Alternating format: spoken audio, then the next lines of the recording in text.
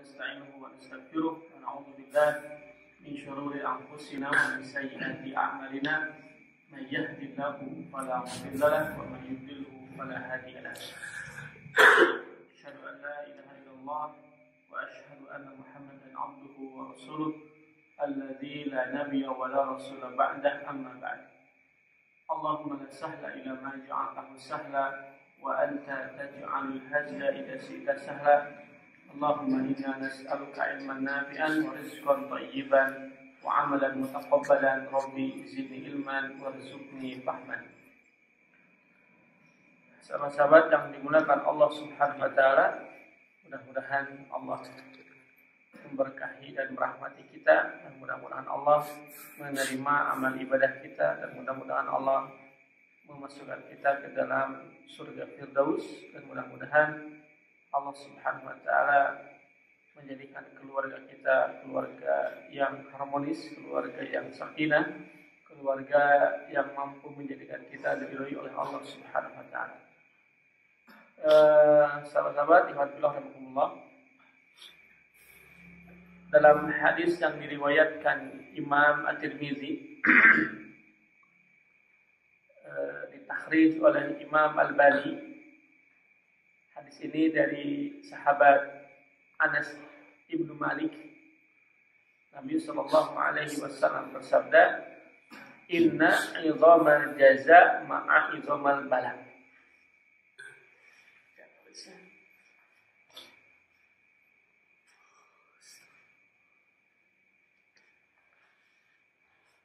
Ini matan hadisnya ya. Inna 'idhama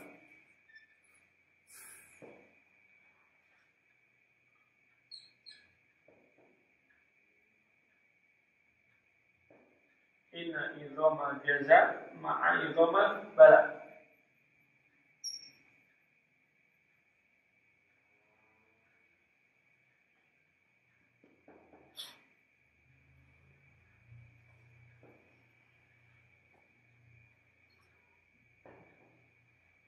Ini sabda Nabi sallallahu alaihi wasallam.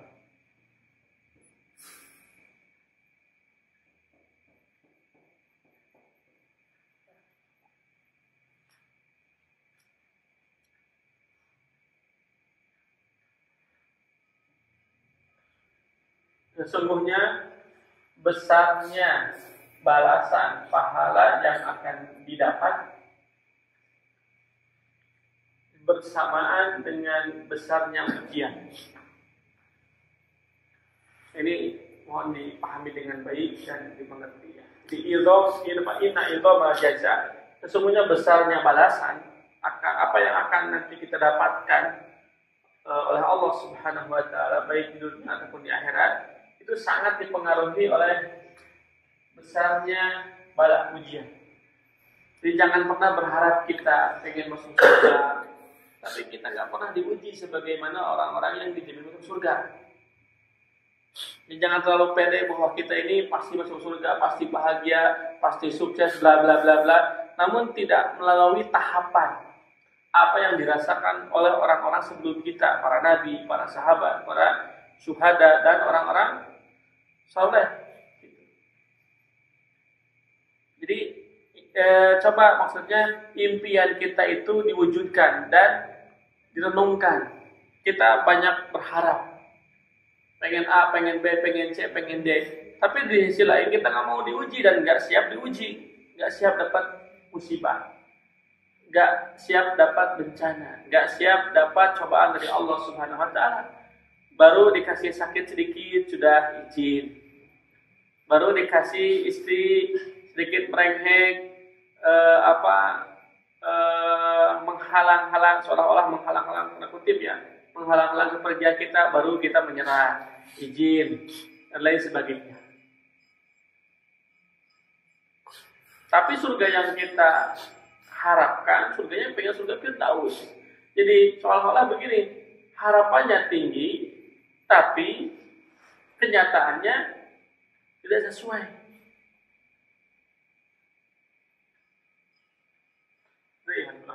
Makanya setiap kali kita mendapatkan ujian, maka Allah akan mengganti ujian itu dengan kebaikan. Cuman pertanyaannya, kita menyikapi bala ini gimana? Sabar atau tidak? Sabar atau tidak? Pertanyaannya. Ketika menyikapi ujian ini, ketika seorang sahabat ya, dalam bab sabar,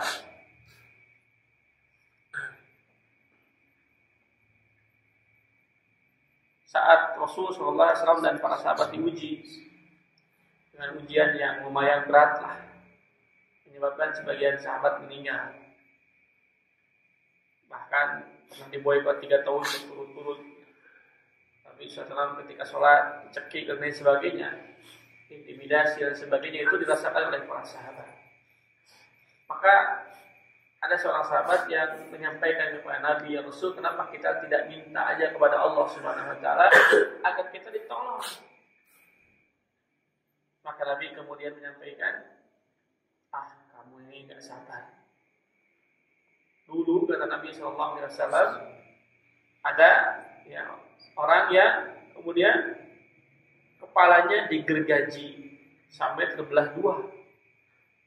Ada yang disisir dengan sisir dari besi sampai terurai, ya, terurai kulitnya melepuh. Jadi antum ini nggak seberapa. Makanya di akhir hadis itu Nabi mengatakan, kuntum tastajilun, antum itu tergesa-gesa,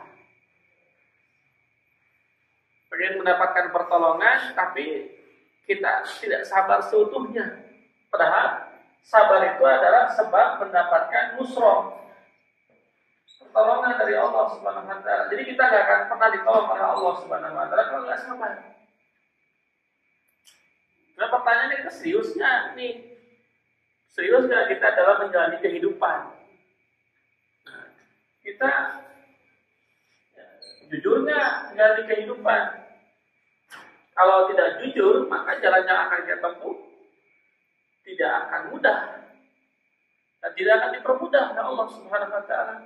Kalau kita nggak jujur, kata kuncinya, maka kehidupan yang akan kita jalani bukan sebagai ibadah.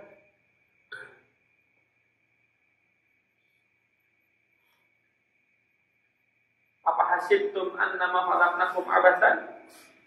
Ya, apakah kalian anggap bahwa kami ketika menciptakan kalian itu hanya untuk sekedar senda gurau, bermain-main atau candaan saja? Tidak. Dalam Quran surat Al-Ankabut ayat 2, ahasiban nasu ayyutraku ayyaqulu amanna wa hum la yuftanun. Apakah manusia mengira ketika mereka mengatakan saya beriman, saya mah mukmin, saya mah aktivis dakwah, saya mah muslim, saya mah para pejuang dakwah, kemudian mereka akan dibiarkan begitu saja oleh Allah Subhanahu wa taala? Tidak. Walaupun fatanna alladziina min qablihim, sungguh orang-orang sebelum kita diuji oleh Allah.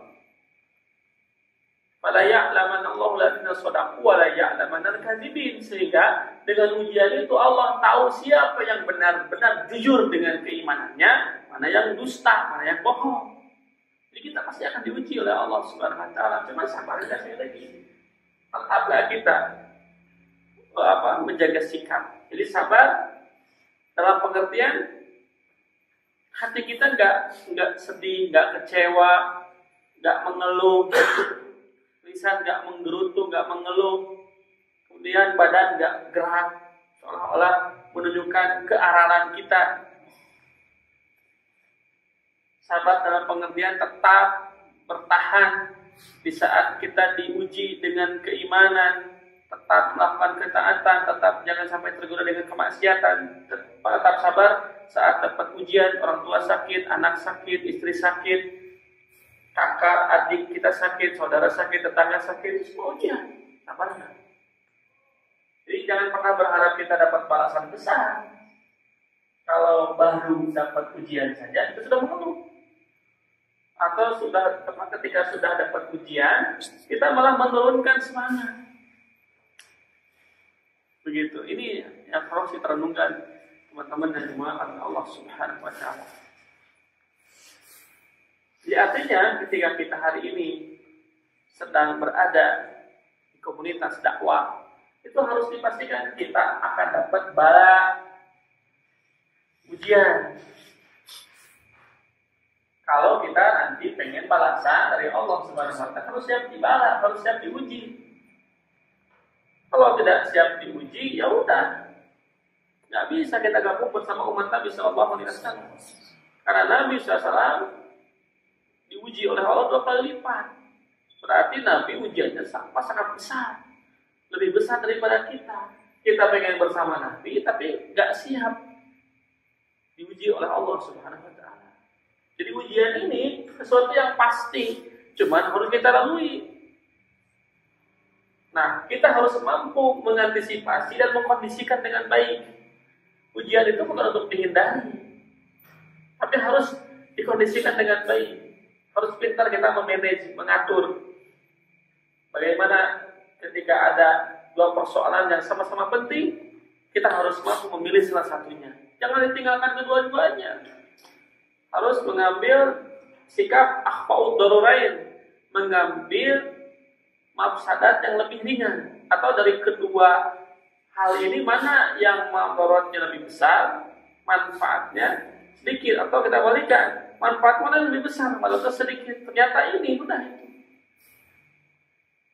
Tapi sebetulnya kalau kita paham komitmen hati untuk memilih, artinya ketika hati kita jujur, kita ini mau menjadi seorang pelaku dakwah,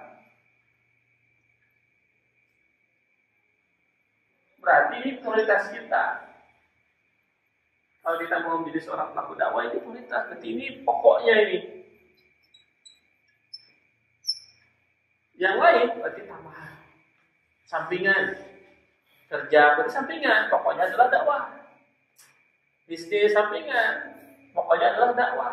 Ketika bentrok antara pekerjaan dengan dakwah, mana yang mendahulukan?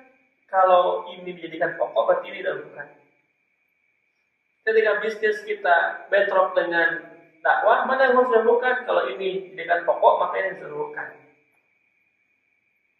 Nah, kan nanti akan kelihatan mana orang yang orientasinya akhirat, mana yang dunia. Nanti akan kelihatan di sini, di sikap. Kalau dia lebih mendahulukan dakwah, pokoknya jadi rugi lah. Yang penting saya utamakan dakwah. Jadi saya gaji saya dikurangi, yang penting saya lakukan dakwah. Kalau ini dijadikan prioritas, dijadikan pokok, bukan dijadikan sampingan atau tambahan. Kecuali kalau dakwah ini sebagai sampingan, sebagai tambahan saja. Ya, ketika bentrok dengan pekerjaan, kita tetap akan milih kerja. Ketika bentrok dengan bisnis, kita akan milih bisnis. Begitu. Nah, ini penting. Jadi kuncinya pertama di sini jujur. Jujur nggak hidupnya untuk ibadah, ibadahnya dengan dakwah di antaranya. Maka kalau tidak jujur hidupnya untuk dakwah, siap-siap kita akan diuji oleh Allah Subhanahu Wa Taala. Seberat apapun ujian, tenang, karena akan disesuaikan dengan balasan. Artinya, kalau ingin balasannya gede, ujiannya juga harus gede. Kalau balasannya ingin sedikit, ya ujiannya sedikit. Ujian kelas 1 dengan kelas 6 sama atau berbeda? Beda lah. Ujian kelas 1 cuma hiji tambah 1, kelas 1 tambah 1, 2 tambah 2, 4. Cuma itu. Tapi ujian kelas 6 sudah kali kemudian sama dengan tadi sebagainya. Wah, terus kan agak rumit kan? Tingkat kerumitannya berbeda antara kelas 1 dengan kelas 6. Kenapa? Karena levelnya berbeda. Tiba-tiba kelas 1 pengen lulus karena merasa sudah diuji. Kira-kira betul atau salah? Ya salah. Karena apa? Dia harus melalui 5 tahapan lagi. 2, 3, 4, 5, 6. Artinya jangan sampai kita merasa setelah diuji oleh Allah, padahal baru tahap level 1, merasa kita ini sudah bebas. Sudah merasa bebas, tenang, nyaman. Nah, karena Allah diuji oleh Allah, pasti akan dapat balasan. Jangan. Karena kita mungkin baru kelas 1 atau kelas 6 yang mungkin, tapi siapkan dengan ujian, kerutan dan kesusahan dan kesukaran soal-soal yang disampaikan atau yang disampaikan kepada kita. Jadi itu maksudnya jangan sampai kita terlalu berekspektasi tinggi, pengen masuk surga Firdaus, tapi ujiannya ujian kelas 1, ujian TK. Begitu. Jadi kalau ini adalah pekerjaan para nabi, tugas mulia, siap kita akan mendapatkan ujian sebagaimana yang dialami oleh para nabi dan para sahabat. Begitu. Harus siap. Kalau kita nggak siap, ya nggak akan dapatlah balasan dari Allah Subhanahu Wa Taala berupa jannah.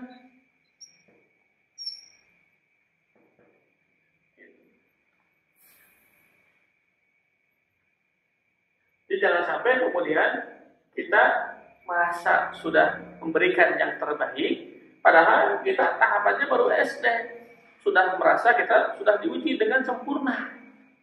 Padahal target ujian atau target balasan kita adalah sebagaimana yang didapat para nabi, para sahabat. Maka ujiannya harus sama, minimal di bawahnya sebagaimana yang dialami oleh para sahabat.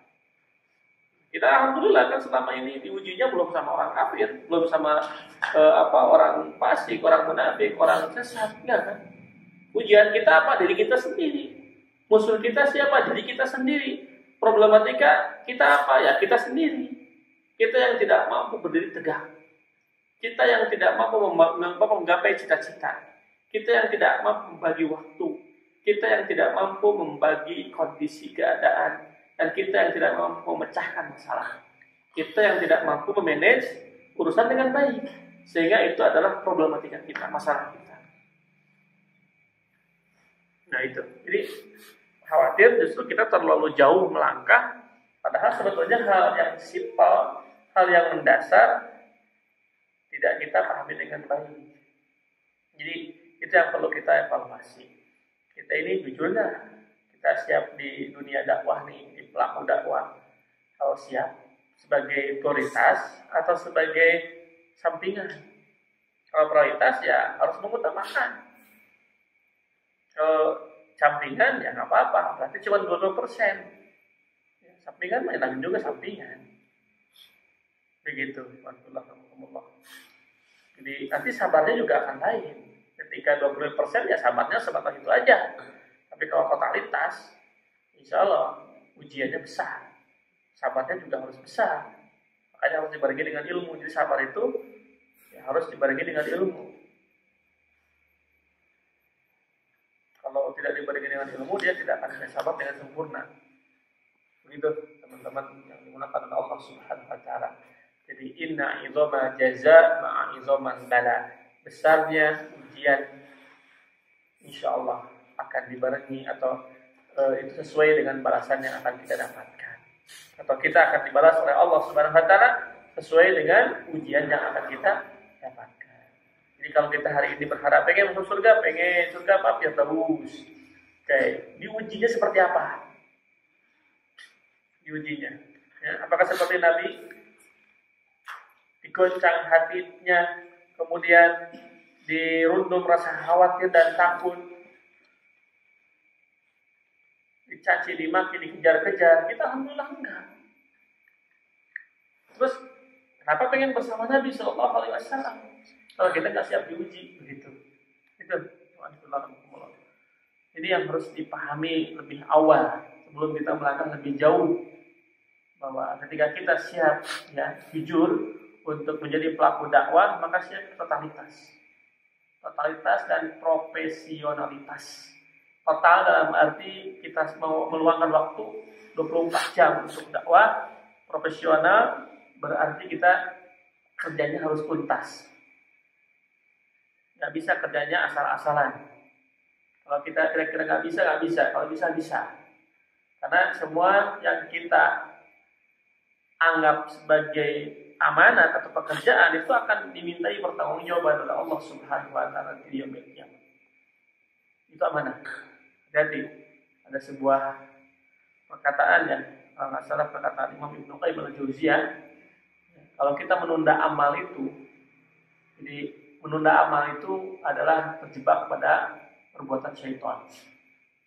Jadi syaitan itu paling suka dan paling enak gitu, paling nyaman atau paling mudah memprovokasi orang untuk menunda amal. Nanti itu paling suka tadi itu menjadi pasukannya syaitan malah. Begitu.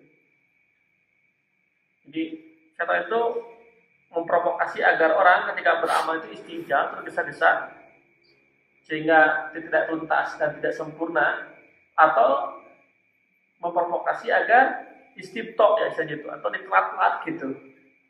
Ya, nanti aja, kalau enggak ya tidak terlaksana. Tapi seorang muslim harus mampu faidah faragta fansab, tuntaskan satu pekerjaan, kalau sudah selesai dari pekerjaan yang lain.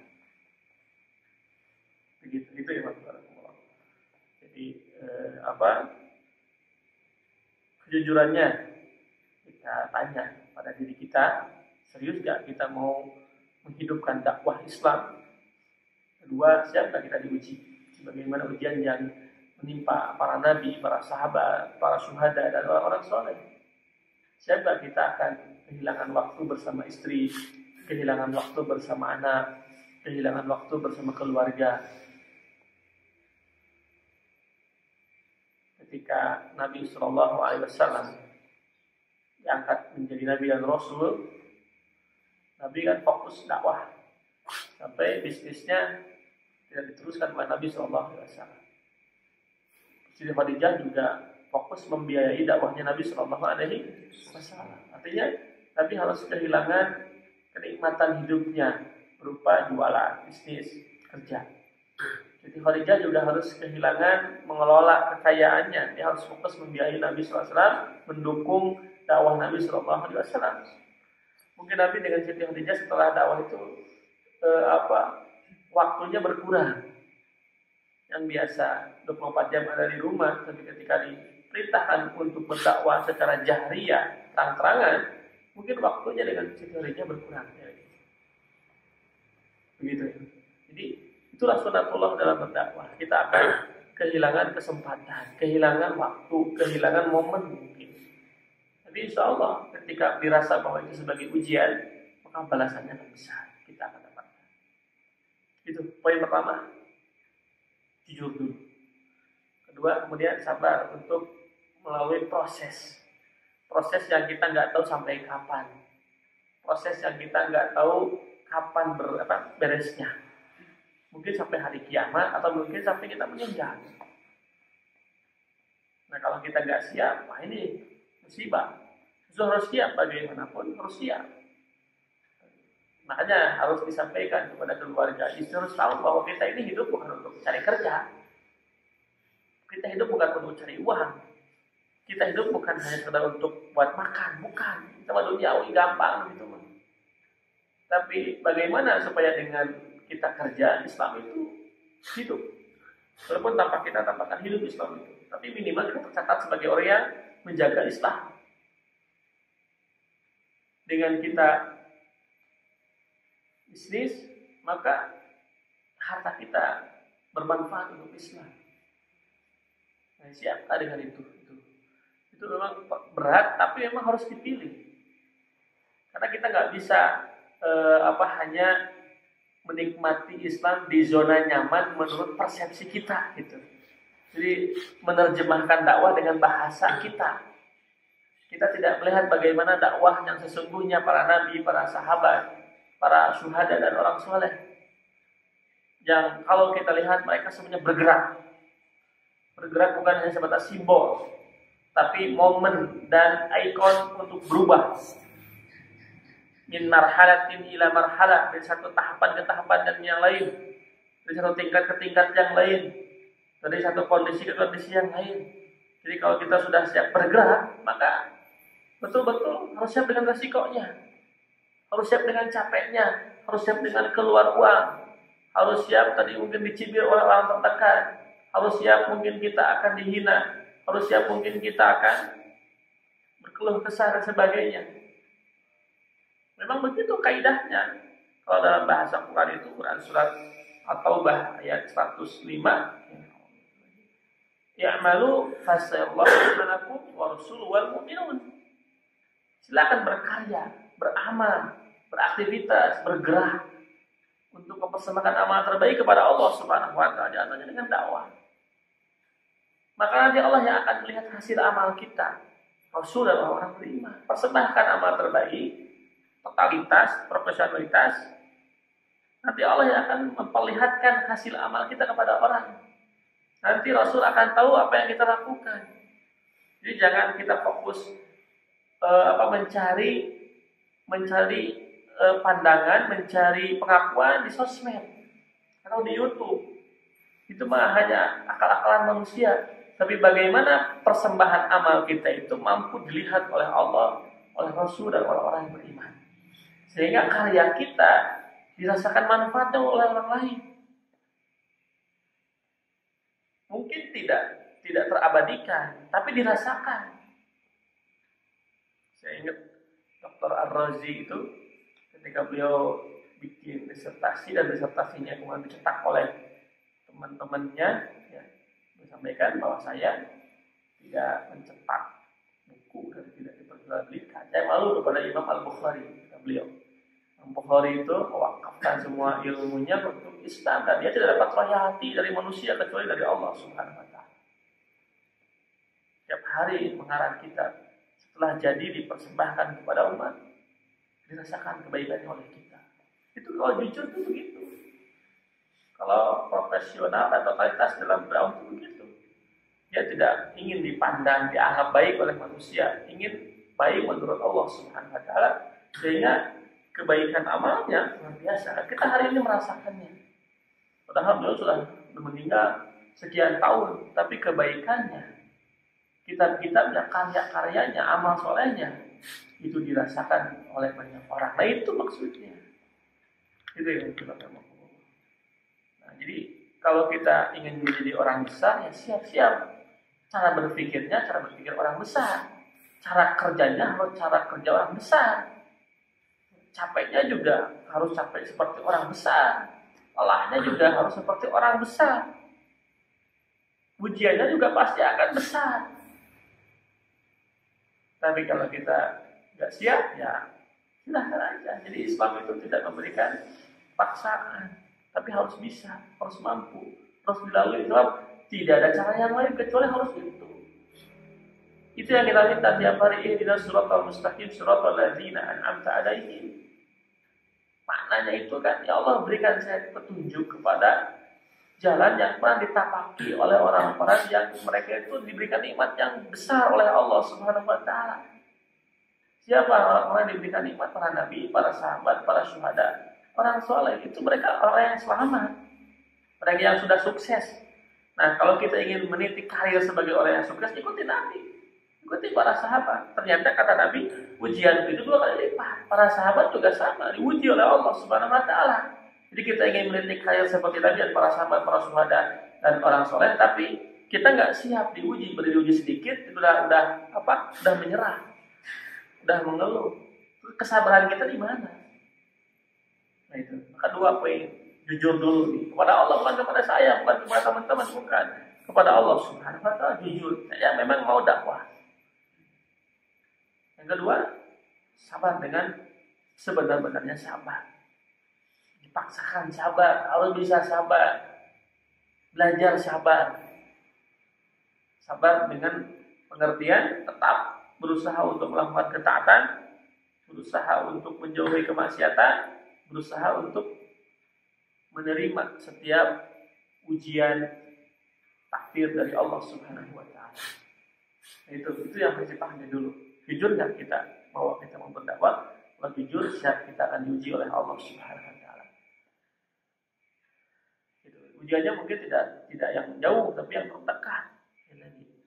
Mungkin antum juga sudah merasakannya, ya. Pasti sudah merasakannya. Insya Allah kalau kita jujur, kita shadaqal azmu wal hasabir. Kalau jujur, Allah akan mudahkan prosesnya, Allah akan mudahkan jalannya. Begitu. Jadi inna idhama jazaa ma'a idhamil balad. Besarnya pahala yang akan kita dapatkan sebanding dengan besarnya ujian yang kita rasakan. Jadi jangan pernah berharap kita ingin mendapatkan mobil mewah kalau kita cara berpikirnya hanya sepeda. Jadi pengennya mobil, tapi cara kerja tukang sepeda nggak akan nyambung. Kalau pengennya ke surga Firdaus, ya cara kerjanya harus cara kerja orang yang sudah ditetapkan oleh Allah sebagai seorang penghuni surga Firdaus. Siapa? Para nabi, para syuhada. Para syuhada harus kehilangan darah, kehilangan nyawa. Para nabi harus kehilangan waktu dan kesempatan, totalitas semuanya untuk Allah Subhanahu wa taala. Nah, itu yang harus dipahami teman-teman yang dimulakan oleh Allah Subhanahu wa taala. Inna idoma jaza ma'a idoma bala. Besarnya pahala yang akan kita dapatkan sesuai sebanding dengan besarnya ujian. Jadi kalau kita semakin diuji, alhamdulillah, itu nikmat dari Allah Subhanahu wa taala. Sebab Allah Subhanahu wa taala idza ahabba, kalau sudah suka kepada kita, ibtalah, Allah akan uji kita. Jadi kalau kita pengen hidupnya nyaman, ya silahkan aja. Cuma bukan sebagai orang mulia. Jadi kalau hidup tidak siap diuji, silahkan. Sekali lagi, cuma kita bukan sebagai orang yang mulia. Justru tanda cintanya Allah Subhanahu wa taala kepada kita itu justru dengan beratnya ujian yang kita rasakan. Walaupun masing-masing akan berbeda ujiannya. Ada yang ujiannya mampu melakukan ketaatan, tapi dia mudah tergoda oleh wanita. Tahajudnya rajin, Tuhannya rajin, baca Qur'annya rajin, tapi kalau tinggal istri, sok diplok, dinikmati. Alhamdulillah kita. Ada orang yang dia menghindar dari maksiat, tapi kendul, ya tahajud, gak pernah sholat subuh kesiangan, baca Quran belang betong, tapi dia jaga mampu menghindar wanita. Kalau ada wanita itu dia betul betul astagfirullahaladzim. Masing-masing ujiannya berbeda. Ada orang yang tahajudnya rajin, ya mampu menghindar maksiat, tapi ketika dikasih musibah, motornya mogok, dia uring-uringan, dia bicara gak jelas, gak benar gitu. Itu sekali lagi, jadi ujian masing-masing berbeda. Tapi ini harus kita lalui, harus kita dapati, harus kita nikmati. Kalau tidak dengan seperti ini, kita gak akan menikmati apa yang dinikmati oleh para nabi, para sahabat, para syuhada dan orang saleh. Bahwa dengan cara itulah kita akan mampu mendapatkan apa yang mereka dapatkan. Jadi siap dengan ujiannya, bukan hanya ingin bersama mereka, tapi harus disertai dengan kesiapan menerima ujian. Yang ujian itu datang mungkin bukan dari orang jauh, tapi dari diri kita, dari orang terdekat. Nikmati prosesnya, lakukan, jangan sebatas di konsep. Karena perubahan itu hanya bisa dilakukan dengan memulai dari diri sendiri, ibda binafsika, dari hal yang terkecil, dimulai dari diri sendiri, memulai dari hal yang kecil, memulai saat ini. Yang ini dimulai dari diri sendiri, dimulai dari hal yang terkecil, dan dimulai hari ini. Sekali lagi, siap kalau kita mau menjadi orang yang pelaku dakwah itu, ya siap habis waktu. Sampai kita akhirnya tidak respon, tidak mengeluh, kemudian kita gampang kesinggung, marah-marah atau sebagainya, nggak bisa. Seorang yang berjiwa besar itu, atau seorang yang berharap menjadi orang besar itu harus berjiwa besar, dan dia akan diuji dengan ujian yang besar. Itu silahkan. Semua kembali kepada kita. Allah a'lam bishawab. Teman-teman, buat mereka itu, ya, ini menjadi renungan buat kita. Saya pikir ini menjadi langkah kita untuk memastikan apa yang akan kita lakukan itu bukan sekedar sekedar, bukan sekedar kumpul, bukan sekedar konsep, rencana, bukan. Tapi ini yang serius, karena kita akan mempertanggungjawabkannya di akhir. Kita kalau hari ini kita ada pertanggungjawaban kepada teman-teman, kepada masyarakat, mungkin nanti di akhir kepada Allah. Itu harus kita siapkan dengan baik. Allah a'lam. Terima kasih. Assalamualaikum warahmatullahi wabarakatuh.